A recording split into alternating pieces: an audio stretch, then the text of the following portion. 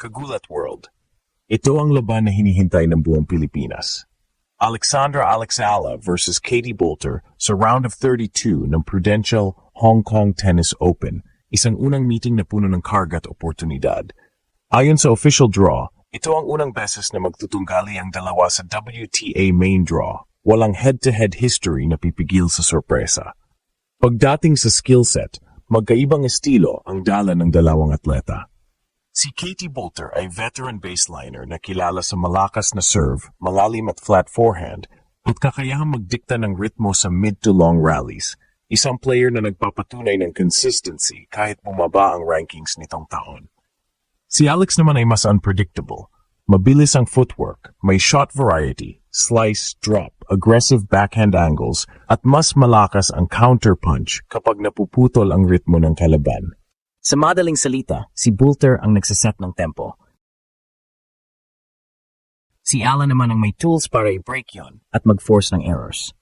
Tactical na analysis. Kung magpapatakbo si Alex ng planong ginagamit niya nitong Asian swing, agresibong serve returns, early net approaches, at maraming slice upang putulin ang rhythm, may very real chance siyang pilitin si Boulter na umalis sa kanyang comfort zone.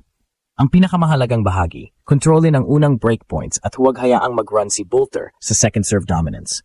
Sa practice reporting mula sa venue, kitang-kita ang focus ni Alex sa returns at transition plays. Malinaw na may plano ang kampo niya. Fearless prediction, Alex Ayala wins in 3 sets. Huwag magulat kung mananalo siya 6-4, 3-6, 6-3. Bakit confident? Dahil mas mabilis niyang mababago ang ritmo ng laro, mas marunong siyang mag-mix ng shots para i-disrupt ang flat baseline game ni Boulter, at may crowd energy na susuporta, isang psychological edge sa Victoria Park. Kung maitataguyod ni Ala ang unang set at mapipiga ang break opportunities, sisimulan niya ang momentum na magtutuloy hanggang sa decisive moments. Ito ang career-defining moment para sa Alex ngayong season, panalo laban sa top 30 level opponent o talo na may karangalan. Lunes ng gabi, 7 p.m. buong bansa, handa na. Buong Pilipinas ang manonood at magsisigaw. Vamos Alex, mainit, matindi, at puno ng tensyon. Ganito ang magiging eksena sa Hong Kong Tennis Open ngayong gabi, 7 p.m. sa salpukan ng pambato ng Pilipinas na si Alexandra Ala at top British player na si Katie Boulter. Ito ang unang beses na magtatapat ang dalawang rising stars sa WTA Tour. At ayon sa mga insiders mula sa event, inaasahang magiging isa ito sa pinakakaabangang laban ng tournament. Si Boulter, kasalukuyang nasa top 60 ng mundo, ay kilala sa kanyang explosive serve at solid baseline control. Siya ang typical na power hitter mula sa grass court background ng Great Britain. Mabilis sa first serve at bihasa sa pagpuwersa ng kalaban sa mahahabang rallies. Ngunit sa kabilang dulo ng net, si Alex Ayala ay may kakaibang armas, variety, discard, at relentless aggression. Ang 20 anyos na Pinay ay mabilis magbasa ng tira, mahusay sa angle shots at kilalang kayang basagin ang rhythm ng mga mas matatangkad at mas malalakas na kalaban.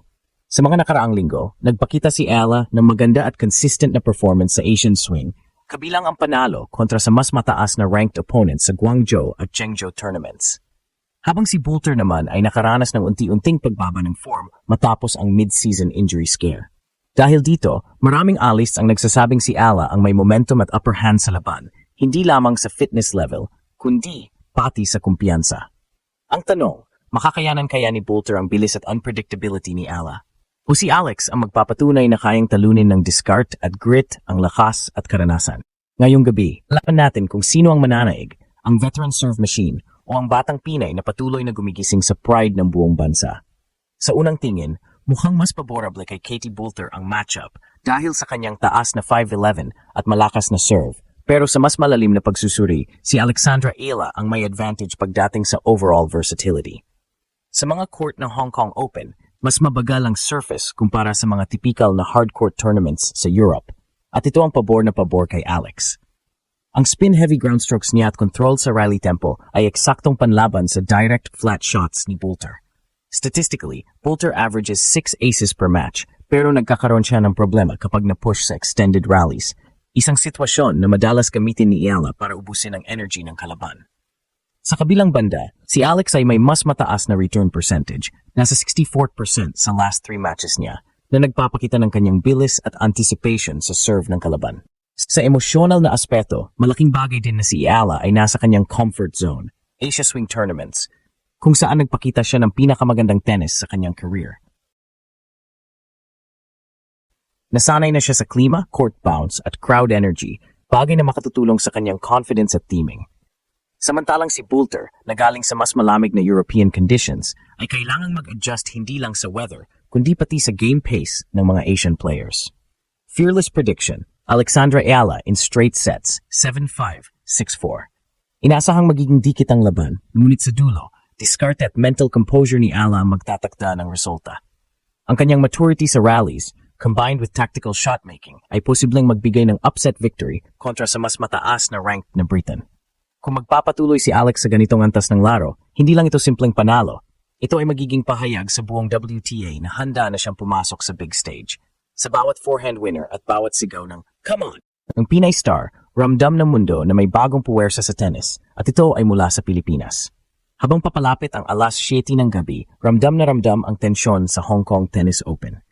Para kay Alexandra Ayala, hindi lang ito basta laban kontra kay Katie Boulter, ito ay isang statement match. Laban ito ng bagong henerasyon kontra sa karanasang Briton at kung paano hinuhubog ng determinasyon at disiplina ang isang batang Pinay para makipagsabayan sa mga elite ng mundo. Si Boulter ay kilala bilang hard hitter, umaasa sa unang serve at early aggression. Pero si Ayala, sa edad niyang 20, ay unti-unti nang nakikilala bilang isa sa mga pinaka-mature maglaro sa tour. Isang player na marunong magbasa ng ritmo, sumingit ng angles at sirain ng teaming ng mas malalakas na kalaban. Sa mga nakaraang laban, ipinakita niyang kaya niyang kontrahin ang mga flat drives gamit ang topspin forehands at low backhand slices.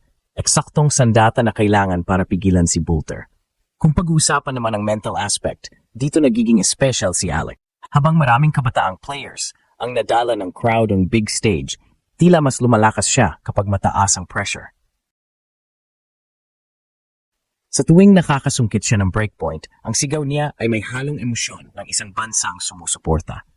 Alam niya na bawat panalo ay hindi lang para sa kanya, kundi para sa Pilipinas, at yon ang nagbibigay ng dagdag na apoy. Ang Hong Kong Open ay nagsisilbing dulo ng Asian swing at posibleng maging turning point ng breakout year ni Ayala. Kapag nalampasan niya si Boulter, hindi lang puntos ang makukuha niya, kundi respeto mula sa buong tour. Maaring ito na ang tulay papunta sa direct entries sa mas malalaking WTA events tulad ng Australian Open qualifiers. Kung susumahin, si Boulter ay may lakas at height advantage, pero si Ayala naman ay may heart, adaptability, at momentum.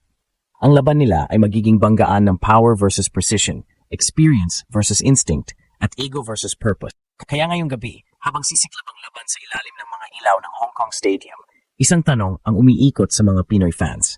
Kaya bang muling gulatin ni Alex Ayala ang mundo? Sa lahat ng senyales, isang sagot ang lumalabas. Handa siya.